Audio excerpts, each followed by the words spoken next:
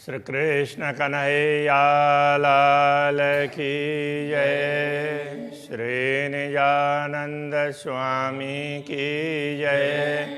श्री प्राणनाथ प्यारे की जय। मोमिन होए सो समझियो, ए वितक कहे महामत। अब बात ना रही बोलन की, कया चलते जान निश्वत। कया चलते जान निश्वत। श्री कृष्ण कन्हैया लाल की जय। छठा सागर खुदाई इल्म। खुदाई इल्म का अर्थ ब्रह्म ज्ञान है। तो ब्रह्म ज्ञान को फारसी या अरबी में तो वो खुदाई इल्म इस तरह से कह देते हैं। सागर छठा है अति बड़ा, जो खुदाई इल्म छठा सागर है ये ब्रह्म ज्ञान का है। तो ब्रह्म ज्ञान से सारा पता चलता है। तो ब्रह्म ज्ञान बहुत ही विशिष्ट बात है, ऐसा कहना चाह रहे हैं। जरा शक इनमें नहीं, ब्रह्म ज्ञान प्राप्त होता है तो फिर संदेह नहीं रहता है। जिनमें हक हुकुम, क्योंकि ब्रह्म ज्ञान है वो पूर्ण ब्रह्म परमात्मा के आदेश से ही होता है, इसलिए जिसमें परमात्मा का आदेश समाया हुआ हो वो ब्रह्म ज्ञान, तो वो एक विशेष होता है, उसमें किसी प्रकार का संदेह नहीं रहता। जेता तले हुकुम के एजो कादर की कुदरत। तो ये कादर बोलते हैं समर्थ। तो समर्थ परमात्मा ही समर्थ होते हैं, उनकी एक कुदरत है, उनकी बनाई हुई प्रकृति है। तो ये सब उनके आदेश के अनुसार चलती है। दुनिया में जो कुछ भी प्राकृतिक परिवर्तन है वो परमात्मा के आदेश से ही है। ये सब बेशक तौलिया, तो इनको निश्चित रूप से इनकी तुलना की गई। शक न पाइए कि तो इसमें किसी प्रकार का संदेह नहीं है। जैसे सूर्य, चंद्र, तारा, नक्षत्र वगैरह सब अपने अपने हिसाब से फिरते हैं, ये परमात्मा के आदेश से परमात्मा ने एक व्यवस्था बनाई है, उस व्यवस्था के अनुरूप सब लोग चलते हैं, तभी किसी प्रकार की दुर्घटना नहीं होती है। जो भी दुर्घटनाएं होती है वो मनुष्य के कारणों से है। तो मनुष्य कहीं ना कहीं गड़बड़ कर देते हैं, उसके कारण से ये दुर्घटनाएं होती है। तो उनको फिर हम लोग प्राकृतिक आपदा ऐसा करके ले लेते हैं। तो वास्तव में ये प्राकृतिक आपदा नहीं है, तो ये मनुष्य निर्मित आपदा है। आसमान जिमी के बीच में बेशक होता न कोई। दुनिया में कोई संदेह रहित कभी नहीं हुआ जब तक उसको ब्रह्म ज्ञान नहीं मिला। कहने का तात्पर्य है, जब लग सक दुनिया में नहीं तो कायम क्यों कर होए। जब तक दुनिया में संदेह ही बना रहेगा तो वो अखंड कैसे होगा, तो वो अखंड को कैसे समझ पाएगा। मतलब दुनिया के लोग अखंड को कैसे समझ पाएंगे। अव्वल से आखिर लग सृष्टि के आदिकाल से लेकर के सृष्टि समाप्त होगी तब तक इत जरा न काहू शक। इसमें किसी प्रकार का संदेह नहीं है कि ये सारी सृष्टि है वो परमात्मा के द्वारा नियंत्रित होती है। रुआ अल्लाह के इल्म से हुए कायम 14 तबक। तो सतगुरु श्री देवचंद्र जी महाराज को ब्रह्म ज्ञान प्राप्त हुआ है, तो उसके माध्यम से ही ये पूरे 14 लोक हैं, ये इस प्रकार से हैं। तो इन सब को कि यहाँ ब्रह्म आत्माओं का आगमन हुआ, तो इनको लेकर के ये सृष्टि तो इस प्रकार से अखंड होगी। इश्क काहू ना होता, आज तक किसी में प्रेम नहीं था, तो नाम आशिक कया हक। इसीलिए परमात्मा को आशिक कहा, क्योंकि प्रेम के चाहक वो परमात्मा ही है। सो बल इन कुंजीय के पाया इश्क 14 तबक। तो उन्हें पूर्ण ब्रह्म परमात्मा से तारतम ज्ञान प्राप्त हुआ, तो 14 लोक के लोगों को वो पूर्ण ब्रह्म परमात्मा का प्रेम प्राप्त हुआ। प्रेम का मतलब वो प्रेम को प्रेम ऐसा होता है, वो ज्ञान दुनिया में मिला। तो ये ब्रह्म ज्ञान से ही दुनिया को समझ में आई कि प्रेम है तो वो परमात्मा में है। ये दुनिया पैदा की न करी, होती न काऊ खबर। दुनिया किसने पैदा की है किसी को ये पता नहीं थी। सो सकम मेटी सबन की, इल्म खुदाई आखर।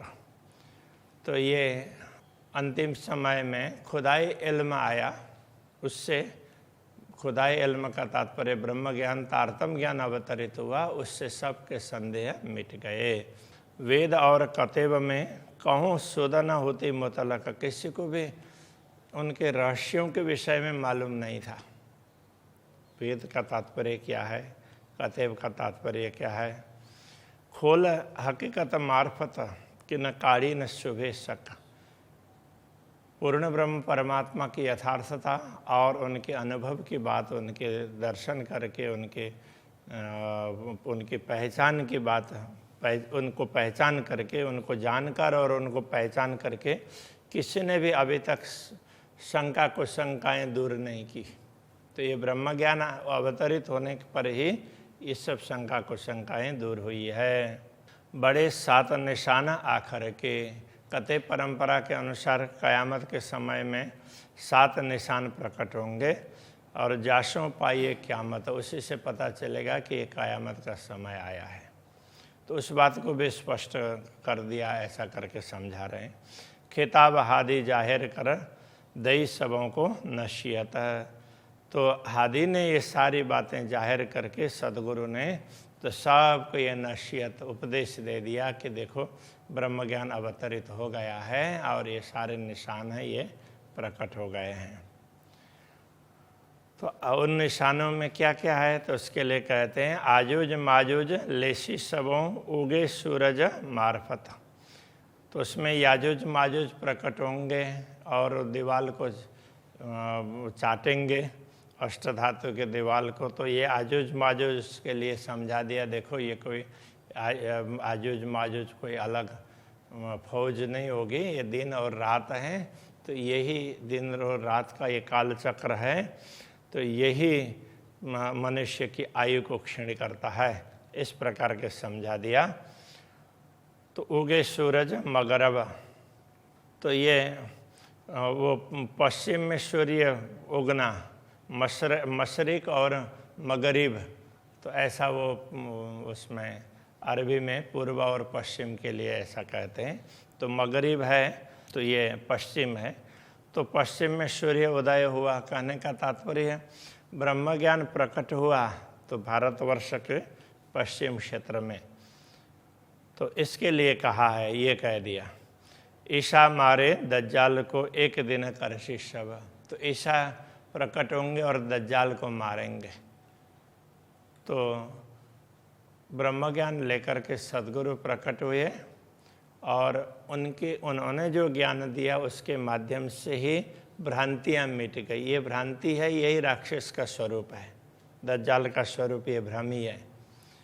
तो दाभा ओसी जाहिर, तो दाभा कहते हैं कि एक पशु ऐसा बनेगा, जानवर ऐसा उस समय आएगा, तो ऐसा कह दिया। तो दावा जाहिर होगा तब क़यामत का समय कहेंगे, तो वो जाहिर हो गया है, ये कहना चाह रहे हैं।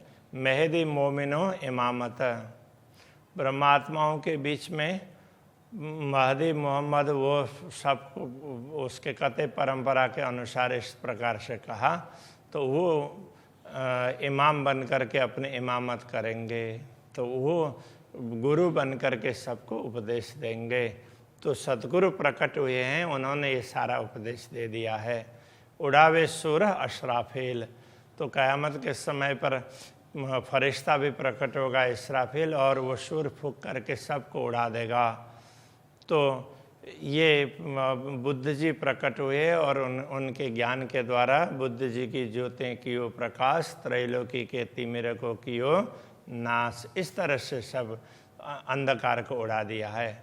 वेशक पाया वक़्त, तो ये अवसर है पूर्ण ब्रह्म परमात्मा को पहचानने का है, इस प्रकार से समझा दिया।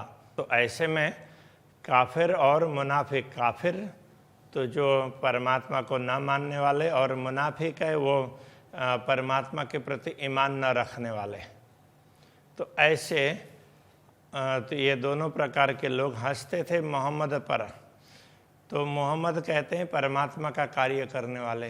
तो सदगुरु जब प्रकट हुए तो उनको देख करके, उनके कार्यों को देख करके लोगों को पहले संदेह हुआ, तो इसलिए ये हंसते थे।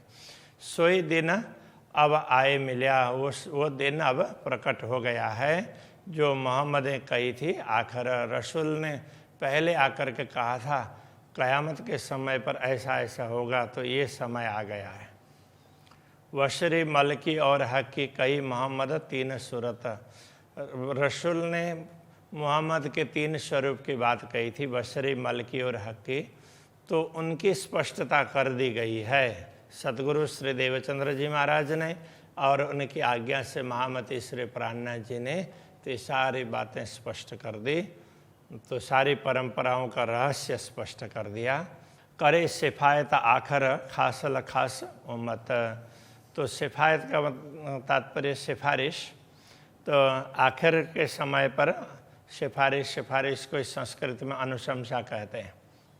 क़यामत के समय पर कते परंपरा में ऐसा कहा जाता है कि वो मोहम्मद होंगे और वो सबके लिए, सबकी सिफारिश कर देंगे खुदा के लिए। तो सबकी सिफारिश कर देंगे और खुदा उनको मुक्ति देंगे।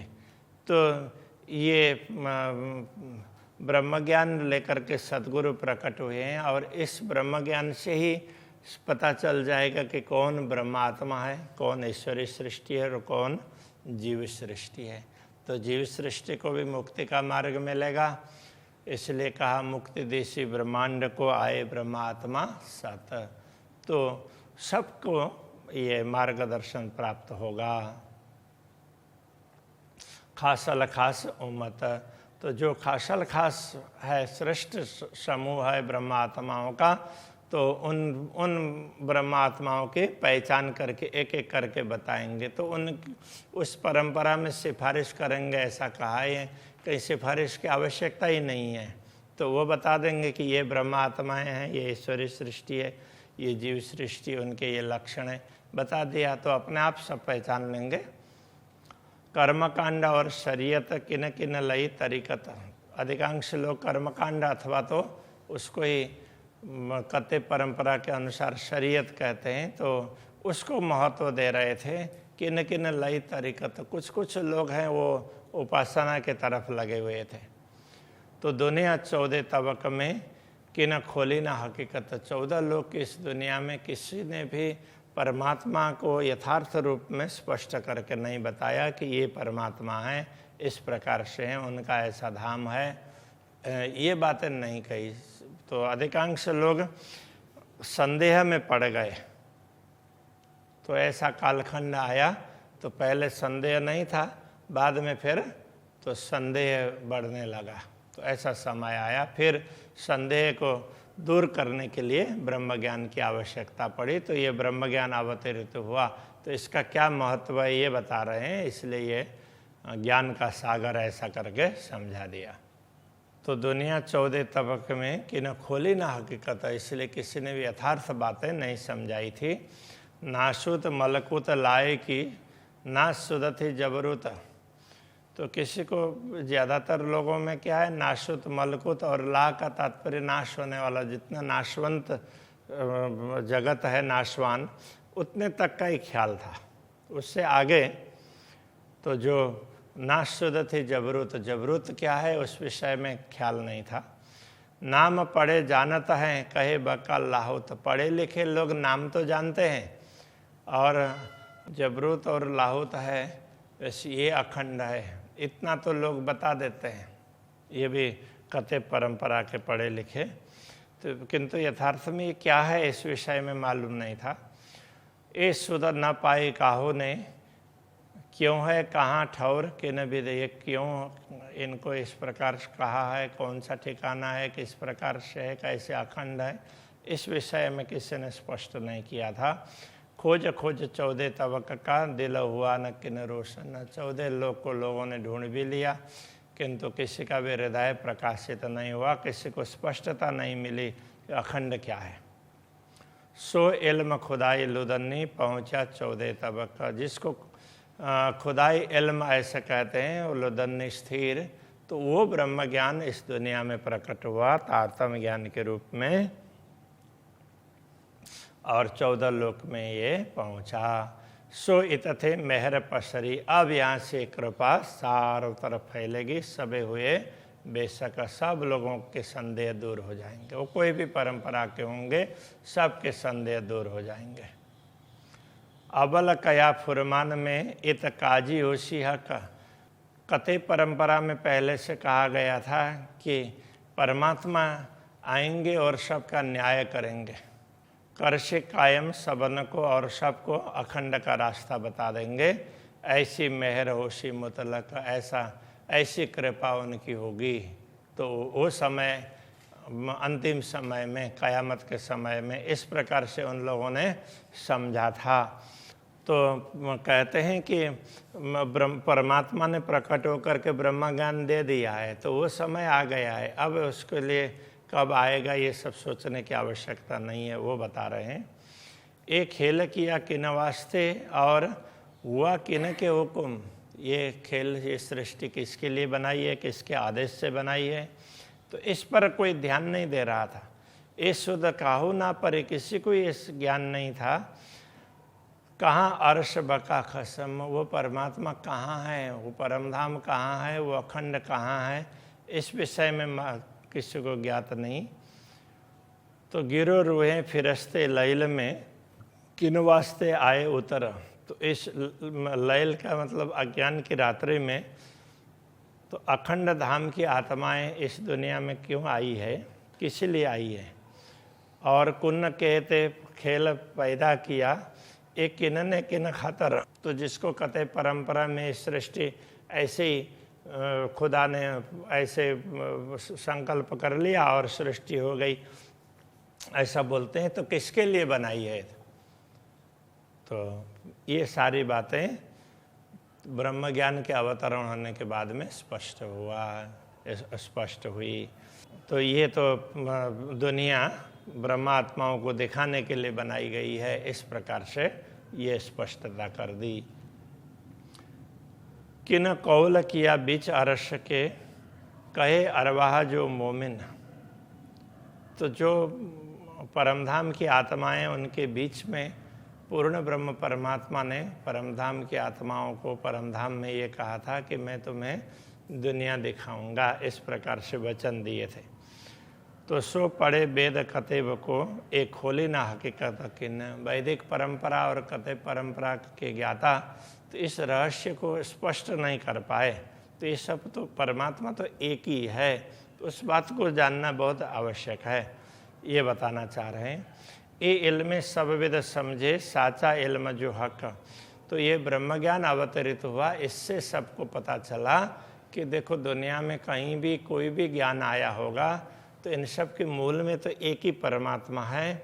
तो अलग अलग स्थानों में, अलग अलग समय में, जहाँ जिस प्रकार से आवश्यकता होती है उस प्रकार से और जिस तरीके से आवश्यक है उस प्रकार से ज्ञान दिया जाता है। आखिर सबके मूल में तो एक ही परमात्मा है, वो जानना बहुत आवश्यक था। इसलिए ये इल्म सब विद समझे, इस ब्रह्म ज्ञान के अवतरित होने पर सबको समझ में आने लगी। साचा इल्म जो हक, जो सत्य ज्ञान है, ये ब्रह्म ज्ञान है। सब मर मर जाते होते किए इल्म बका मुतलक। तो सब लोग तो ऐसे ही मरते हुए जा रहे थे, कहाँ जाना क्या है कोई ठिकाना ही नहीं, किसी को ख्याल नहीं था। किसी ने स्वर्ग को मान लिया था, किसी ने वैकुंठ को मान लिया था, उससे आगे का लक्ष्य किसी ने निर्धारित नहीं किया था। तो ये ब्रह्म ज्ञान अवतरित होने के बाद में उसने निश्चित समझाया, देखो तो यहाँ तक ये क्षर जगत है, तो यहाँ तक परिवर्तनशील है, इससे आगे अविनाशी धाम है, उसको तुम समझ लो, इस प्रकार से स्पष्ट करके बता दिया। तो कते परंपरा में उनके संदर्भ में कहा था क्यों सदरतुल मुंतहा, क्यों है अर्श अजीम। कहीं सदरतुल मुंतहा की बात कही थी, कहीं श्रेष्ठ धाम की बात कही थी। क्यों कौल फैल हक के, क्यों हक सूरत हलीमा। तो परमात्मा के वचन क्या है और किस प्रकार के आचरण को उन्होंने श्रेष्ठ माना है, परमात्मा का स्वरूप किस प्रकार विशिष्ट है। हलीम का तात्पर्य मधुर, तो माधुर्यपूर्ण स्वरूप है।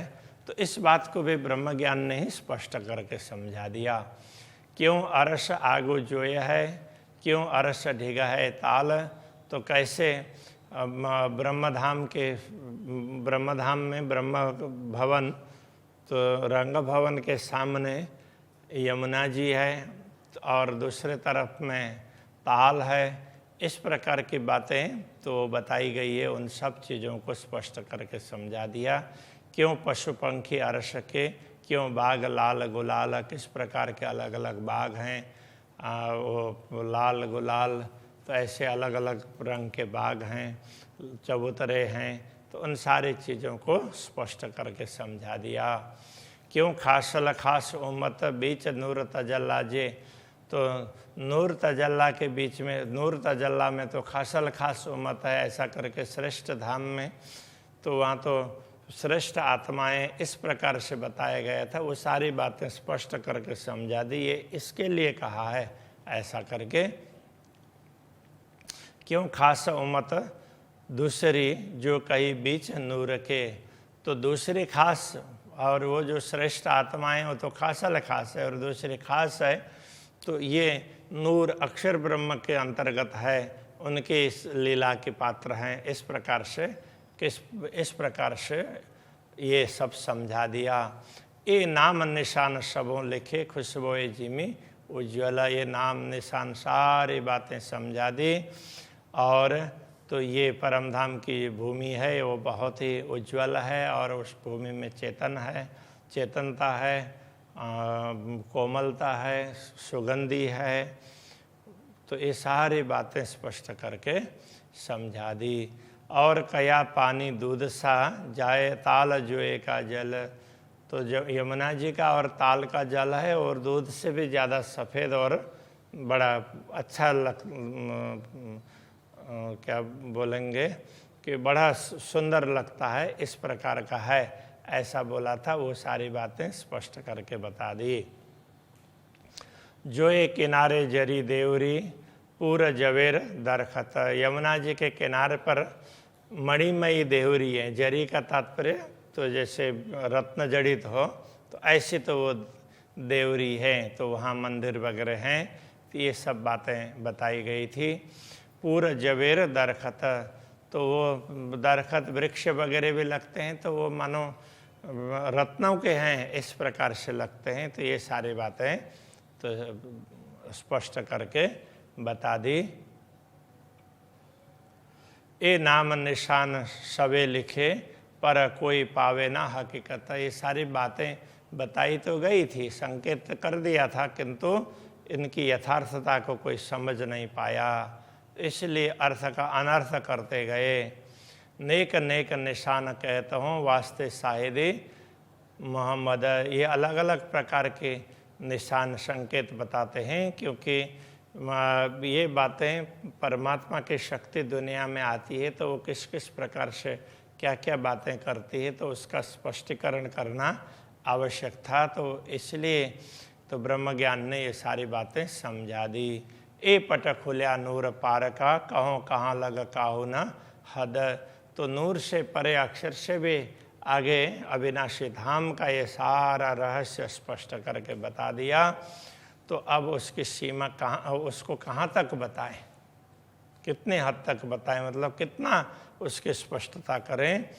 इल्म खुदाई लुदन्नी रूह अल्लाह लाए इत। तो रूह अल्लाह कते परंपरा में ऐसा कहा है, वो सदगुरु के लिए कहा। पूर्ण ब्रह्म परमात्मा ने प्रकट होकर के सदगुरु को ज्ञान दिया, तो दुनिया को सदगुरु ने ज्ञान दिया है, तो ये ब्रह्म ज्ञान है, इस प्रकार से कहा गया था। उमियों पट खोल बक्का मैंने बैठाए कर निस्बत। तो जो प्रेमी आत्माएं होती है, जो दुनिया के प्रपंच के छल कपट का ज्ञान नहीं रखती है, तो वो इस ब्रह्म ज्ञान को समझ करके तो वो अपने आप को स्वयं हम तो परम धाम में बैठे हैं ऐसा अनुभव करेंगी।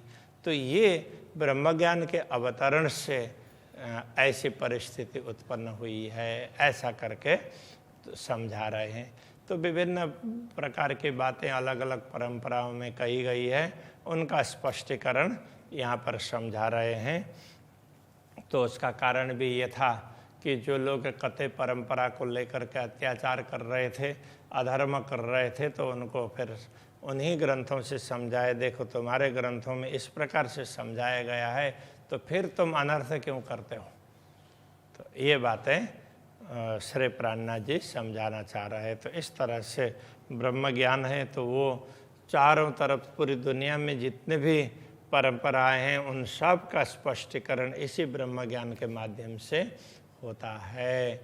तो किंतु उन सब चीज़ों को भी जानना पढ़ना आवश्यक है, तब जाकर के पता चलेगा कि इनका तात्पर्य ये है।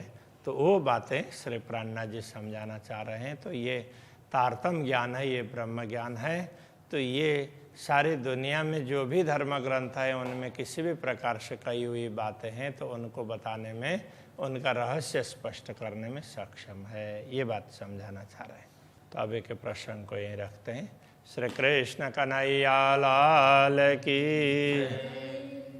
बैठाए कर निस्वत, बैठाए कर निस्वत, इलम खुदाई लुदनी, इलम खुदाई लुदनी, रुअला ल्याइत, रुआला लाइत, उमियों पटखोल बकामिने, उमियों पटखोल बकामिने, बैठाए कर निस्वत, बैठाए कर निस्वत, बैठाए कर निस्वत, बैठाए कर निस्वत। ये श्री कृष्ण कन्हैया लाल की, श्री सद्गुरु महाराज की, श्री प्राणनाथ प्यारे की, श्री पांच नौतनपुरी धाम की, जगत गुरु आचार्य श्री 108 श्री कृष्णमणि जी महाराज की।